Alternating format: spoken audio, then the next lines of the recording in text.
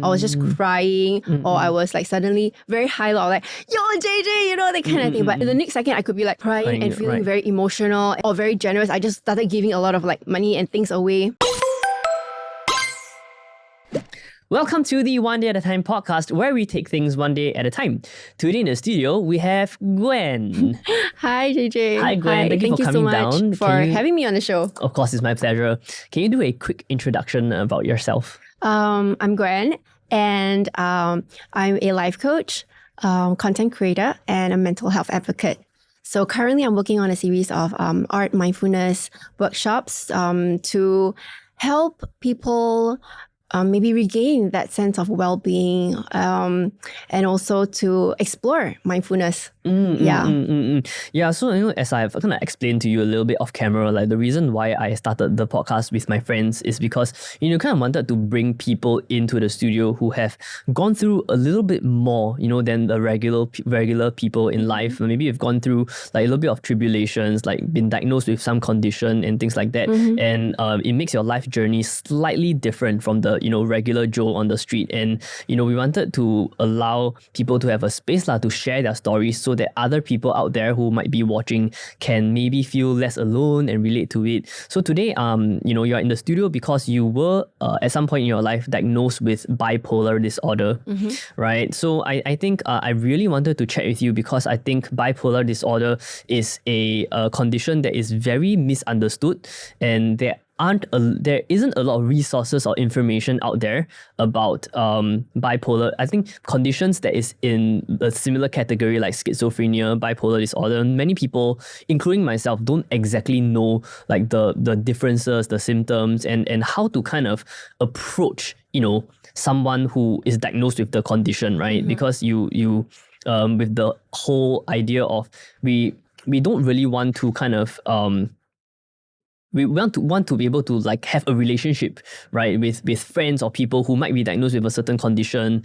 So I just wanted to understand a little bit more in your, I know we are not medical professionals, but in your own experience, right, as somebody who has been diagnosed, what actually is bipolar disorder?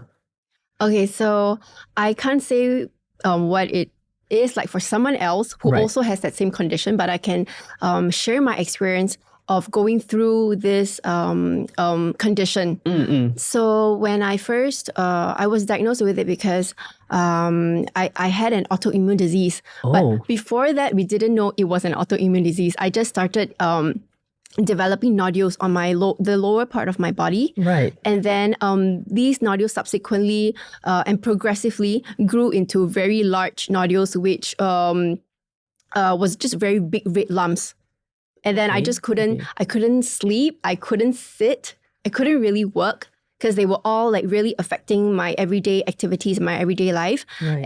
And we went to visit like a lot of doctors, maybe 10 to 15 in a span of a year, just because we were really, we wanted answers, and I was like pretty desperate. Right. And ultimately, we came to, I think it was a doctor, it was a chiropractor. Right. And he told me that he don't have any like medications that can treat my current symptoms that is going to cure, what I have. But so what was that autoimmune condition? So it was, okay, so after I was, I took this medications, right? Basically, this chiropractor gave me steroids, which I had an allergic reaction to. Okay. And it opened up all my inner traits, and that developed into a manic episode. So it was quite complicated because during this process that I was progressively going into a manic episode, I got misdiagnosed by another psychiatrist or psychologist that it was psychosis. Okay. So it was after several times when they tried to sedate me with several dosages and then I think I wasn't getting any better after a few days. I was just getting more, I would say, bipolar is just like a lot of high, like many episodes. And then I was just very emotional in the next second. I was just crying or I was like suddenly very high low, like, yo, JJ, that kind of thing. But in the next second, I could be like crying and feeling very emotional and very sensitive or very generous. I just started giving a lot of like money and things away. Right. And talking to strangers. So I think it was very hard to manage for my family. or the people around me at that time. And after when I was hospitalized, subsequently, of course, the doctors, my psychiatrist at IMH also worked with a rheumatologist. Right. And they actually had to work together because of the complications of the medications. Right. Yeah. Right. And then, however, the rheumatologist couldn't really also give me answers because we went for several blood tests, biopsies. Right. But apparently this condition is so rare that they could not pinpoint exactly what it was. So it's about a 10th of lupus. But I think after a few months, due to the complications of the medications, a lot of side effects from taking certain medications, I think I grew about 10 kg in a month. And I grew a lot of facial hair. I started throwing up a lot. The medication I just wasn't adapting to the medications. And I threw up a lot. I was just sleeping a lot because I was just feeling very, very tired and lethargic the whole time. Yeah. I see.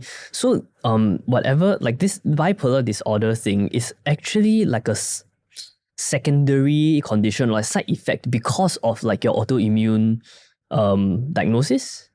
Maybe it opened opened up and then got amplified because but I wouldn't say it's just because of the medication. It could be like from stress as well, because that was I was having quite a stressful time in my life at that point. From work, taking on a lot, and as well as I wasn't really eating well. I wasn't really taking care of myself. I didn't have the concept of like mental health or the concept of taking care of myself physically. I just ate what I want, when I want, whatever I want. Right. Yeah, and it just wasn't a healthy way of taking care of myself and my body. Right. So is there were you ever given like a final diagnosis of what this autoimmune condition is? Because just like you mentioned like 1/10 of lupus and so what exactly is this condition? Okay, so everybody has antibodies in their body to fight foreign diseases. Right. Mine just happens to be confused and then they attack my healthy cells.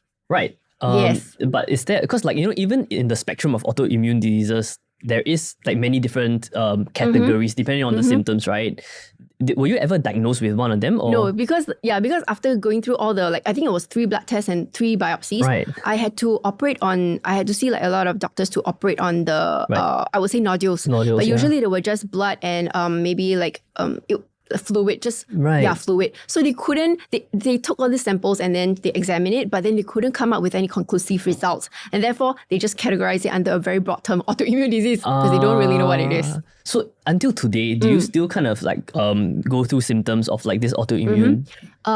Yes, when I don't take care of myself, I will get inflammation in my body. So after I was diagnosed with this autoimmune disease as well as bipolar disorder, and I was discharged from the hospital, I started on this like, I would call it, I eliminated the 4 devils, which is like no refined sugar, no refined salt, no white flour, and no milk.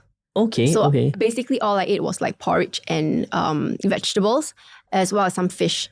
It's for like eggs and like tofu and I don't take any red meat or raw meat. I don't take like sashimi, raw fish. Like still? Like even now? Now I do. I slowly introduce, after 2 years, about 1.5 to 2 years, I slowly introduce like some processed food into my life. I could take some maybe McDonald's sometimes. I could take potato chips sometimes, but I take everything in moderation now. Got it. Yeah, but at a point in time for about 1.5 to 2 years, I did not touch any Coke or like McDonald's. So it was a very, very strict diet I put myself on because I was quite desperate to change the way that I eat, that I consume food, and the way that my relationship with my body and myself, basically. I see. Okay, so I mean, your entire journey, whatever you just mentioned, right?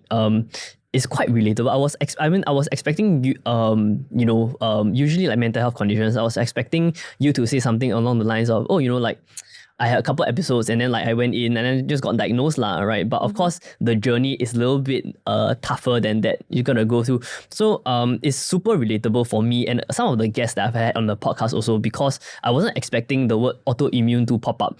And like me personally, I also have somewhat of an autoimmune condition.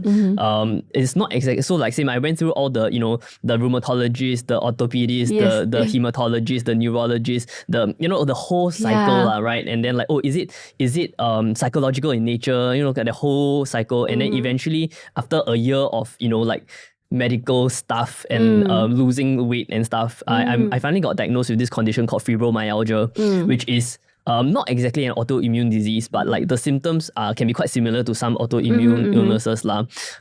So I completely relate to exactly what you're saying, like the whole trying to figure out if it's a diet thing, trying to cut out gluten, like same, I haven't had like Coke in the longest time, and I haven't had like a lot of things that I used to like to eat because you're just trying to figure shit out. Finally, now I'm like you, like adapting and figuring out how I can have like still nice things, but controlling the portions and things like that. Nourishing for the body, but sometimes what is nourishing for a body may not be nourishing for your soul. Yeah, exactly. So it's like you have to find that balance, right?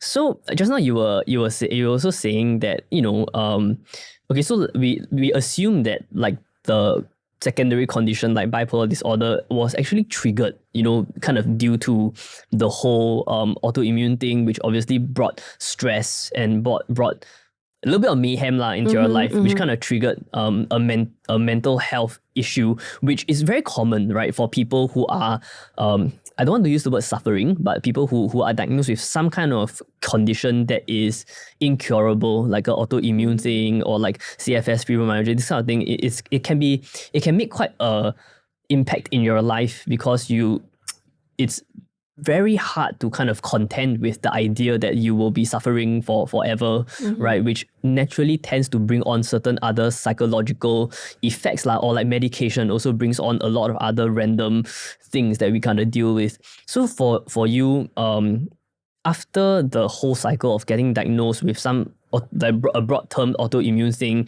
which kind of triggered or brought on like the bipolar thing, how did you kind of manage to contend with it? Because you weren't just slapped on with a diagnosis. It was a journey, and now you kind of have like multiple labels, multiple diagnoses, and multiple symptoms, right? How did you kind of manage to still deal with it and look and sound very sane? Okay. It's a process. Yeah. I think in the beginning, it was honestly a struggle. Yeah, it was. I think like even waking up in the morning was like, that was my only goal and aim for the day is to just get out of bed. Yeah, but sometimes it's so difficult because you just want to hide away from the world. You don't want to go out and have to face whatever that you have to take on that day, which could be as simple as making yourself lunch. Right.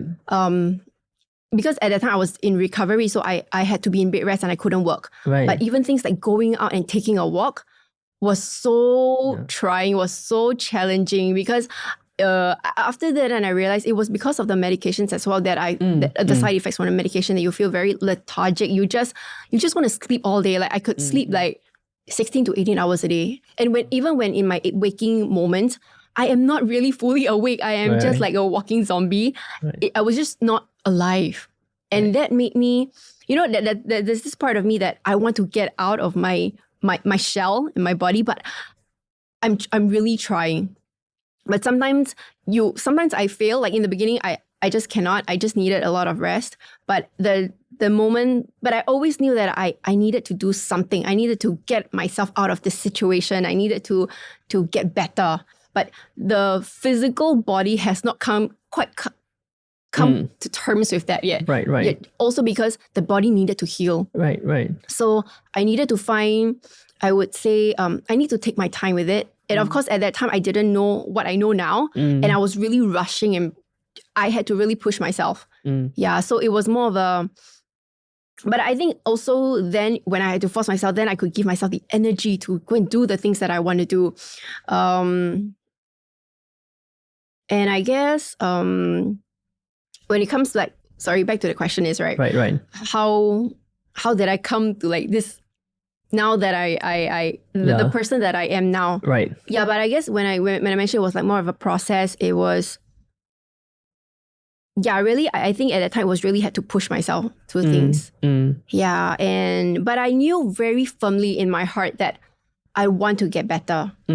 Yeah, but I don't know whether I will get better. Right. So I just had to try and experiment with a lot of different routines, a lot of different things, with my diet, with movement. Introduce movement again. But that was more of the main things. And after subsequently, when I could get back to work again, I read a lot more. I read up on nutrition. I read up on fertility.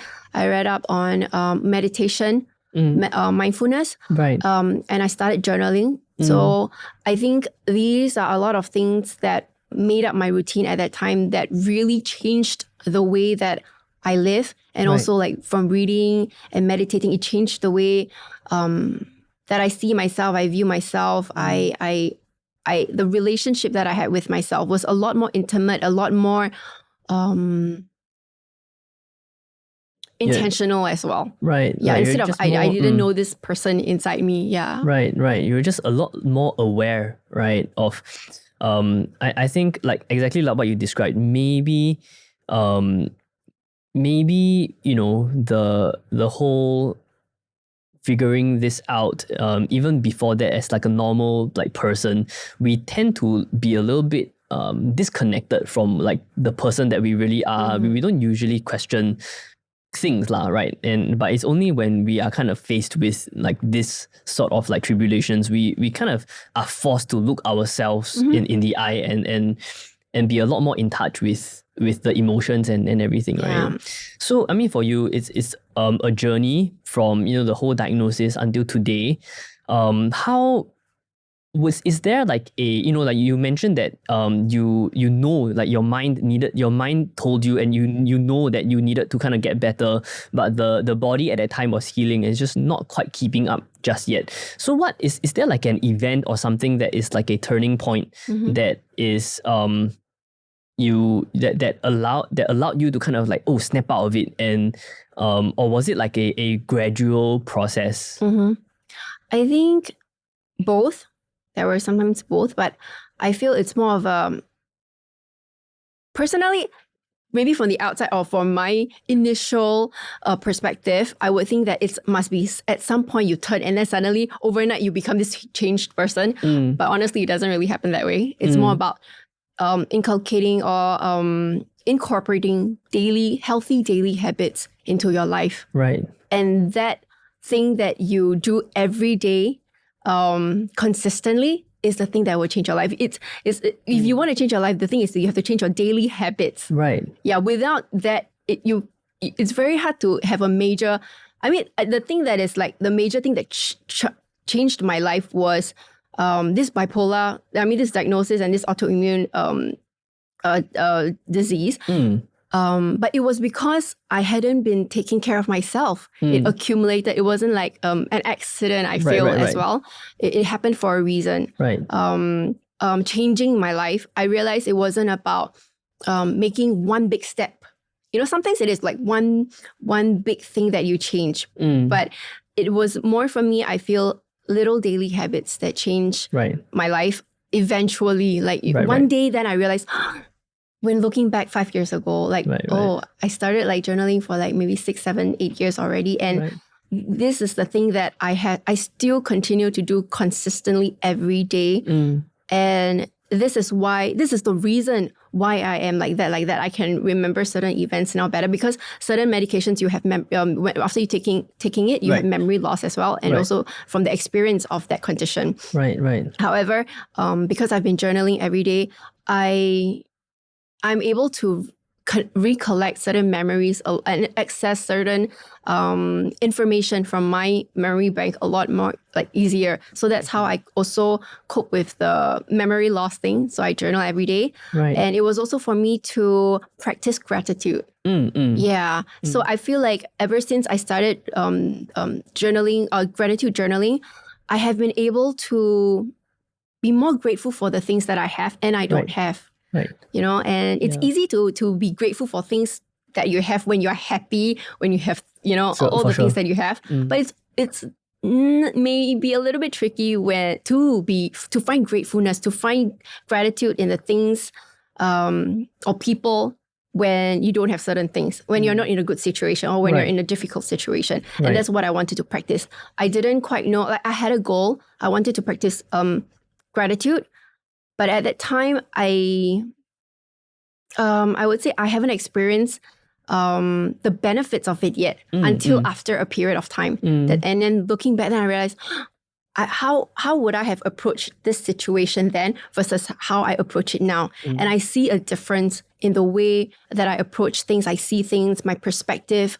And then I surprise myself, like, oh, last time if I'm angry at this person, how would I have responded or reacted to this situation and this person? Maybe I would have reacted more violently. I would have like just, threw a fit. But then now I can stay calm and centered and then respond to this person after I sort of process those emotions and those information and then respond to this person with like loving kindness. Right. Yeah. I mean, you mentioned that, it wasn't like a huge step. It was like little things that you decided to kind of implement into your life, right? But the act of even, like going to implement all these little things, it's a bit of there's a bit of inertia. It's quite a big hurdle, right? Because you kind of went from kind of, like just not wanting to even get out of bed to like just implementing these things. So what do you think was the cause or like the turning point that allowed you to kind of make that concisive decision to be like, okay, I want to get better. I can't do anything big right now, but what I'm gonna do is I'm gonna implement all these little things and just doing something is better than doing nothing sort of thing, right? Is there like a person or like a support system or like a thing that kind of allowed you to take that first step to be like, okay, I'm gonna make changes, but I'm gonna do it like one step at a time? Definitely. I think it's the will to wanting to survive and also having like a very stable and strong support system to hold you when you're just not gonna make it for that day. It's of course having family and friends who are really supportive. And during this journey, there are people who I would say decided to exit this friendship. Yeah. But it made me even more grateful for the people who stayed. Yeah. And because of their encouragement, I was also able to get back up on my feet because, it's easy to say like a lot of times like, oh, we do it ourselves. But it's really hard because you need to we literally need other people to survive and depend on other people. Right. And we want to feel like we belong as well. And we need that support from other people to keep going, to thrive. Right. And so I'm really fortunate that my family, like, we are very tight-knitted and they really took care of me. Right. Yeah. Of course, like some days when I'm not feeling my best and I can be very discouraging to myself and to the people around me. It could also affect them on an energetic level. Yeah. And it could really like,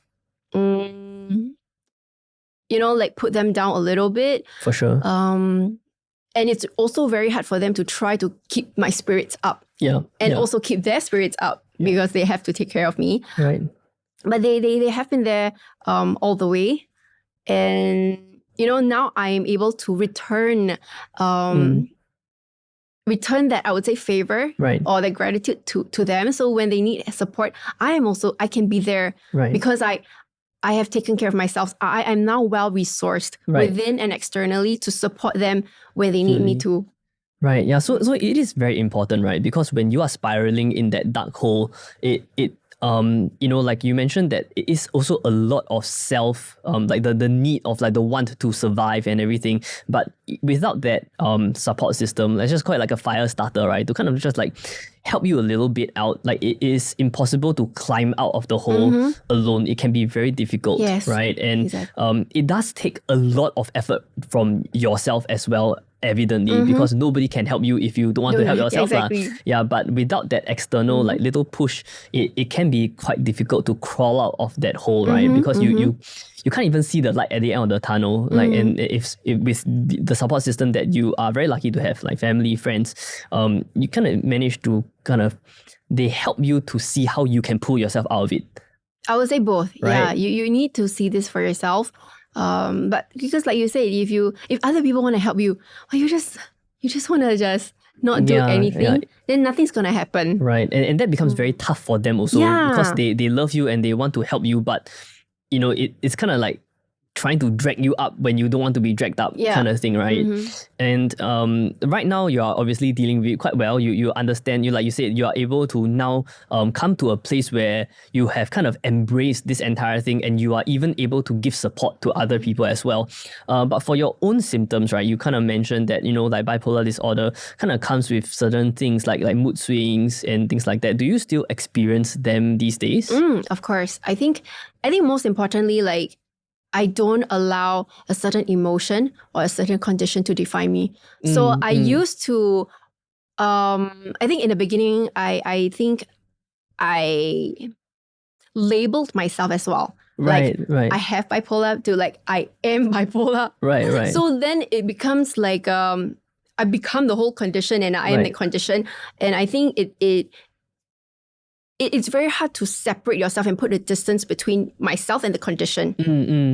And then if people say, oh, you're like that, you just recognize or you attach yourself to the label, and it's a bit hard to, I would say, separate. Yeah. Because if people say, oh, this person, people with bipolar has certain symptoms, then you must have all of it or something like that. Or you are like that. Just like how another person with bipolar condition, you know, is.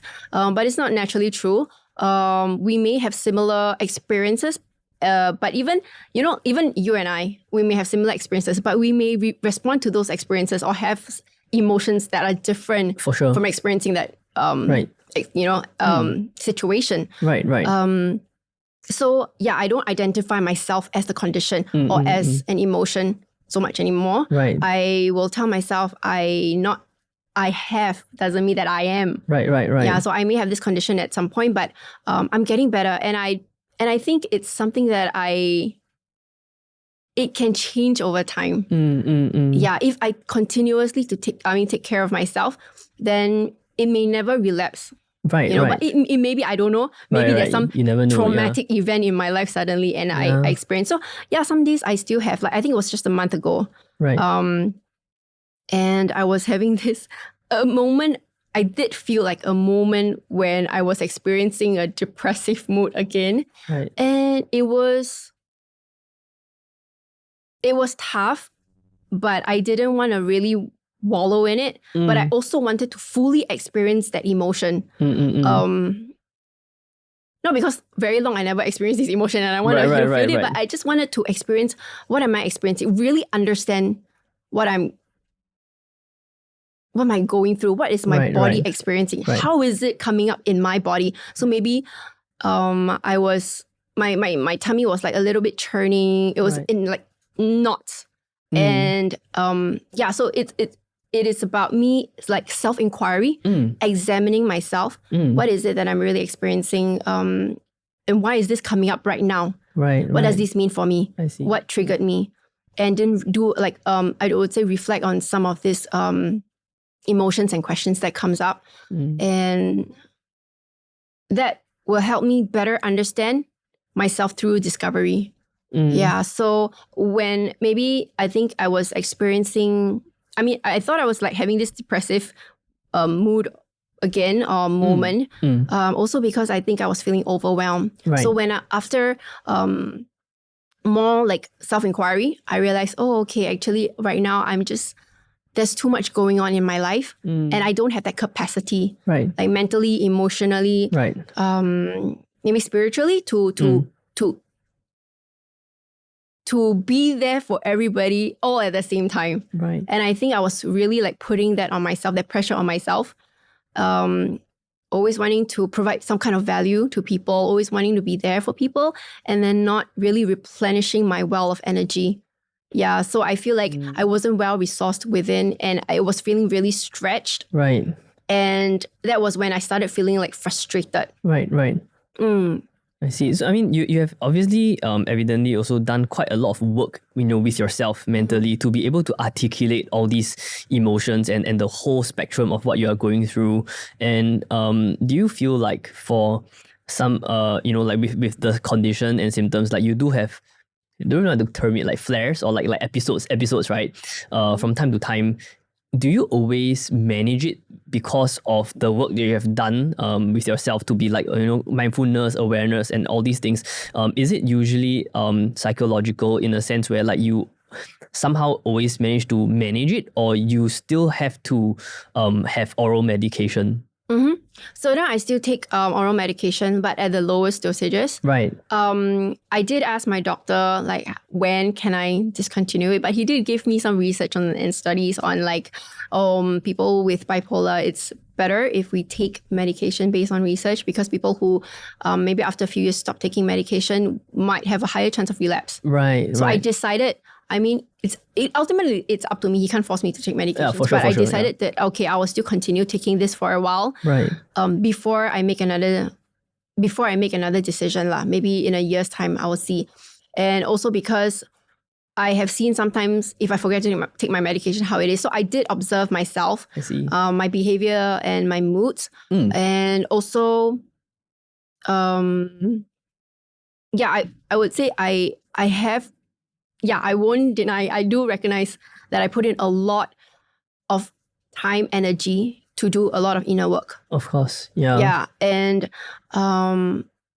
because I prioritize not just my growth but my well-being. Right. Yeah, like I used to think that my purpose was to help serve others, and that's why I think I really stretched myself. I really just gave all out, and I just keep saying, I want to help and serve people. But I realized I wasn't really well resourced within. I needed to help myself first. Right. Before I can really serve other people.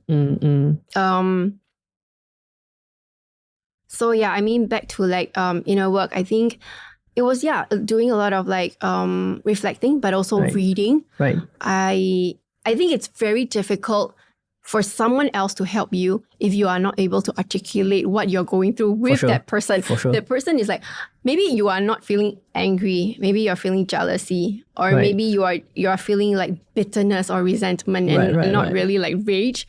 So if you can't really clearly articulate what it is that you're going through with another person, that person might have some might not be able to fully capture what it is that you're experiencing and then help you through whatever that you're going through. Right, yeah. Absolutely. So like essentially the oral medication is really just like a fail-safe, like a base. You can't, with a condition like bipolar disorder, you cannot just depend on medication, because in the long haul, right, that's exactly not going to work out. Like for you, a bulk of the work, like I call it work because I know from like personal experience as well, to constantly remind yourself to be aware of your emotions, to be mindful is a lot of effort, right? Not physically, right? But like, you do get tired from it, right? And it's the bulk of the work for you is within. Right, it's within, and the medication is really like a fail-safe. Like you cannot just rely on like popping pills and hoping that like things go well and things like that. Yeah, right. Exactly. So if there's anybody that is like listening or watching the podcast that might be facing certain symptoms that might be similar, they are undiagnosed yet, right, and or they are just diagnosed, with a similar condition, that is psychological in nature or things like that, what would you say to them? Like what do you feel like is something that you would say to yourself when you were trying to figure out this whole thing, when you were still kind of like wallowing in bed a little bit? You don't have to do it alone. Get support. I mean, but of course be selective about who you decide to tell this to, because it's so personal. It's you probably, there's also stigma, and you're afraid of people judging you. But sometimes we can't do it alone. We need maybe someone's a third perspective, an outside perspective to give us just give another like opinion on maybe how we can help ourselves. Maybe it's to get medical or professional help. It could be maybe you just need a friend to just hold space for you. So I would say, if get help, but choose wisely who you choose to tell, because some people might not react to it adversely. For sure, and then it will also affect the way that you're gonna move forward with this whole situation with yourself. And so I think it's important. Sometimes you could tell it to a close friend or a family, but sometimes you don't feel comfortable telling it to people that you are close to. You could tell it to a stranger, but you just have to find that person you need to feel open and vulnerable and safe with that person before you share that information with them. Right. Yeah. Yeah, thank you for sharing, Gwen. I think this is very helpful. And I think like the biggest takeaway for me today as well, and I think for many people, is what you mentioned somewhere in the middle about how, you are diagnosed with this condition, but you don't put a label on it, right? You don't it's kind of weird because you embrace it, but at the same time you don't let the condition define who you are, which is kind of what you said just now, which I think is very important, right? And is how people with certain types of conditions, whether it's bipolar or an autoimmune or whatever, if you allow that condition to define the person that you are, then it becomes a very, very tough journey. But you can accept it, and you can kind of embrace that, like I have this thing, but you don't have to put a label on it. You don't have to identify with it. Exactly. Right? And I think that is very important, and something that is very important for all of us to learn how to embrace, because it is evidently not the easiest thing to do, right? Because the world, the society that we live in, unfortunately or fortunately, is made up of labels. That is how we kind of make decisions, right? Like whether something is good or bad, or not for us.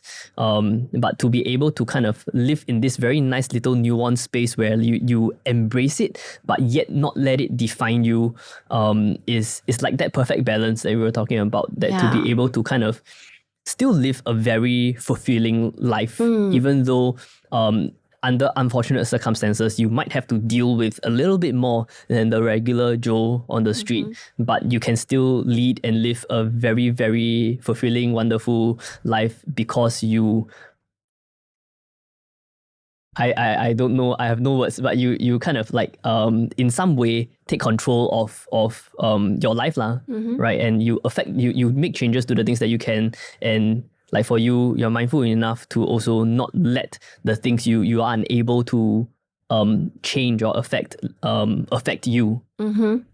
Right? Yeah. I would think when you mentioned about the identifying with the condition, I think it's important. It's like the difference is when you allow that condition to become an excuse for not doing things or doing certain things. Yeah, I think, because I am bipolar, then it's normal that I depress. Right. Then I'm upset. Then everybody should just accept my behavior. Right. I just give myself as, I'll make that as an excuse. And I just think that would be an unhealthy way. Right, absolutely. Like I believe they term this like the victim mentality, right? Like you just always think that you're the victim, and you will never be able to crawl out of that hole if you allow yourself to stay in the hole kind of thing. Yeah, at the same time, I also don't let like bipolar define me. I would say it is it's a very important, I would say, milestone in my life. That I mean, initially I was like, why this happened to me?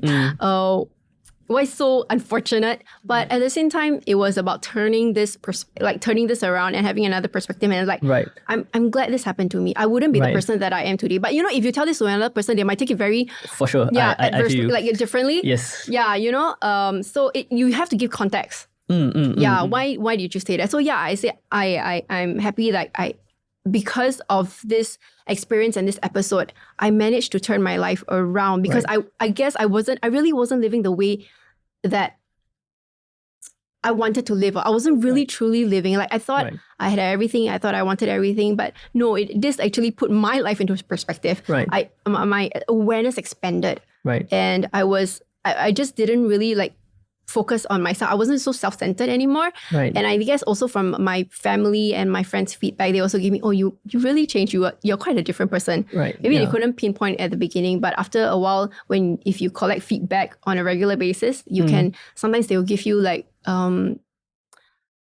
maybe an opinion about you that has maybe changed from when that initial version of you. Right, absolutely. Like exactly what you said, right? Like the little small changes. It's like, shoveling dirt. You've been shoveling the dirt for so many years, and you look back and you see, it's already a pile, right? And you don't see how much progress you have made until you kind of like take a pause and you look back and you're like, oh, you know, like I am here now. And I also relate a lot to that because, you know, sometimes when you tell people like, oh, I'm glad that this unfortunate event happened, usually people will be like, no, this is crazy, right? How can you say that kind of thing? But I guess you yourself and people with who might have gone through similar, you know, like adversities might Resonate eventually with, look back and be like, you know, like, if this didn't happen to me, I will not be the person that I am today. It's because of the hardships that you're able to kind of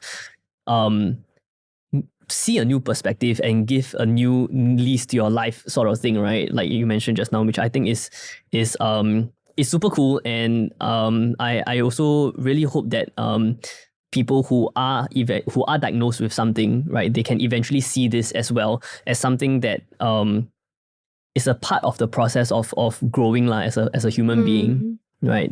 Okay. Thank you so much for sharing your story, Gwen. I really appreciate it. If anybody would like to kind of connect with you, kind of understand a little bit more, where can they find you online? You can find me on Gwen Tang LP on Instagram as well as on YouTube. So I make content there and I share a bit more about my life. So yeah, thank you so much for having me on the show. I'm really happy that I did this. Thank you for coming down. I really appreciate it. I'm always very appreciative of people who are willing to share because it is definitely not easy to be in front of cameras and sharing something that can be very vulnerable.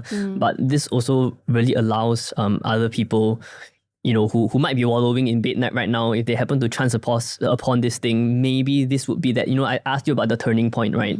Maybe this would be their turning point to make that small little change that would eventually allow them to crawl off the hole. Exactly. I think people just need a bit of hope sometimes and strength.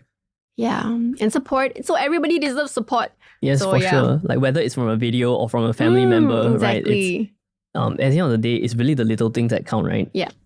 Thank you so much, Gwen. Thank you. And we'll see you next time on the One Day at a Time podcast. Peace.